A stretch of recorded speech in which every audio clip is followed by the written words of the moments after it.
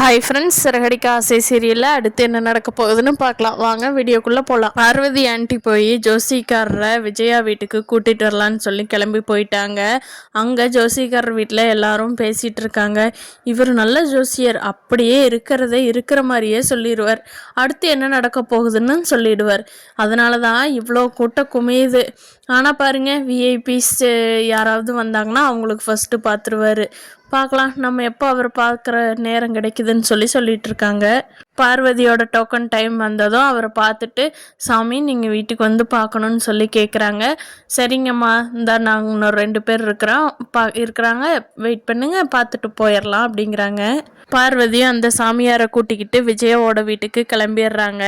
அங்கே போய் ஃபஸ்ட்டு விஜயா இருந்துட்டு வாங்க வாங்கன்னு சொல்லிட்டு யாருக்கு பார்க்கணும் அப்படின்னு கேட்குறாங்க.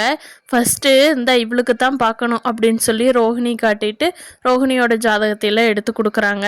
அப்போ அவர் சொல்கிறாரு, ஜாதகத்தை பார்த்துட்டு, இந்த பொண்ணுக்கு ஃபஸ்ட்டு கல்யாணமாகி குழந்தை இருக்குமே, அந்த ஃபஸ்ட்டு வீட்டுக்காரர் இறந்துருப்பாரே, இப்போ 2வது கல்யாணம் பண்ணியிருப்பாங்களே இந்த டைமுக்கு, அப்படியாம்மா அப்படின்னு கேட்குறாங்க.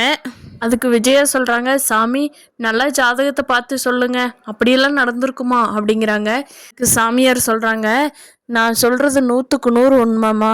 ஒன்று பொய்யா இருந்தால் கூட நான் இந்த தொழிலை விட்டு நாளைக்கே நின்றுறேன்.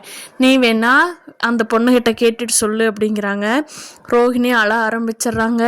என்னை எப்படி இவர் இப்படி சொல்லலாம்? நீங்கள் என்ன என் மனசை, ஒரு பொண்ணோட மனசு புரிஞ்சிக்கவே மாட்டேங்கிறீங்க. ஒரு பொண்ணை மனசை இப்படித்தான் காயப்படுத்துவீங்களா? உங்களுக்கும் ஒரு பொண்ணு இருந்திருந்தா தெரியும். 3மே பசங்களாக இருக்க உங்களுக்கு தெரியலையா ஆண்டி அப்படின்னு சொல்லி அழுகிறாங்க.